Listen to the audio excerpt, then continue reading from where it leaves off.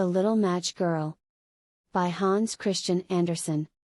Most terribly cold it was, it snowed, and was nearly quite dark, and evening, the last evening of the year. In this cold and darkness there went along the street a poor little girl, bareheaded, and with naked feet. When she left home she had slippers on, it is true, but what was the good of that?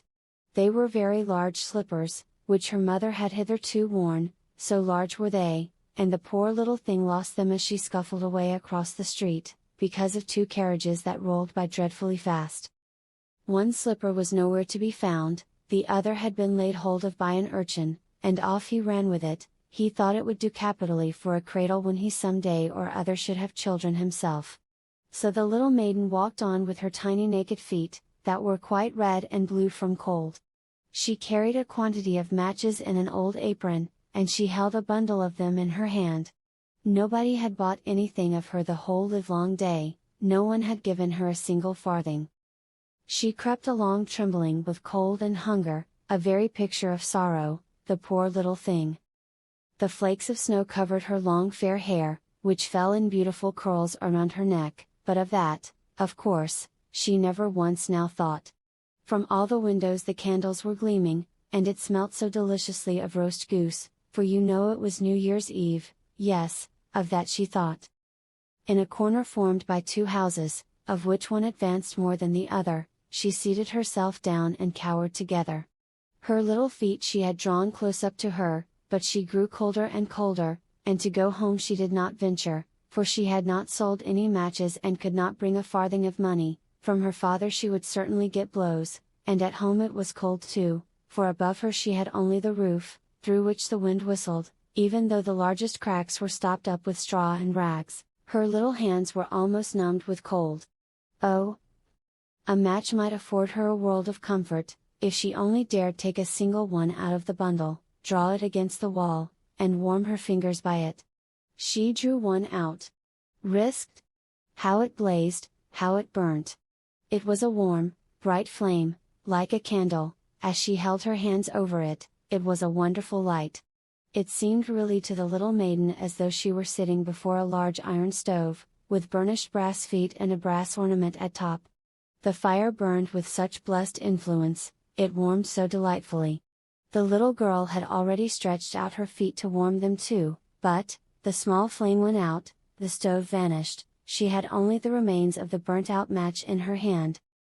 She rubbed another against the wall, it burned brightly, and where the light fell on the wall, there the wall became transparent like a veil, so that she could see into the room. On the table was spread a snow-white tablecloth, upon it was a splendid porcelain service, and the roast goose was steaming famously with its stuffing of apple and dried plums. And what was still more capital to behold was, the goose hopped down from the dish, reeled about on the floor with knife and fork in its breast, till it came up to the poor little girl, when, the match went out and nothing but the thick, cold, damp wall was left behind. She lighted another match. Now there she was sitting under the most magnificent Christmas tree. It was still larger, and more decorated than the one which she had seen through the glass door in the rich merchant's house. Thousands of lights were burning on the green branches, and gaily colored pictures, such as she had seen in the shop windows, looked down upon her. The little maiden stretched out her hands towards them when, the match went out. The lights of the Christmas tree rose higher and higher, she saw them now as stars in heaven. One fell down and formed a long trail of fire. "Someone is just dead," said the little girl, for her old grandmother, the only person who had loved her, and who was now no more, had told her, that when a star falls, a soul ascends to God. She drew another match against the wall, it was again light, and in the lustre there stood the old grandmother, so bright and radiant, so mild, and with such an expression of love. "Grandmother," cried the little one. "Oh, take me with you. You go away when the match burns out, you vanish like the warm stove, like the delicious roast goose, and like the magnificent Christmas tree." And she rubbed the whole bundle of matches quickly against the wall, for she wanted to be quite sure of keeping her grandmother near her. And the matches gave such a brilliant light that it was brighter than at noonday. Never formerly had the grandmother been so beautiful and so tall. She took the little maiden, on her arm, And both flew in brightness and in joy so high, so very high, and then above was neither cold, nor hunger, nor anxiety, they were with God.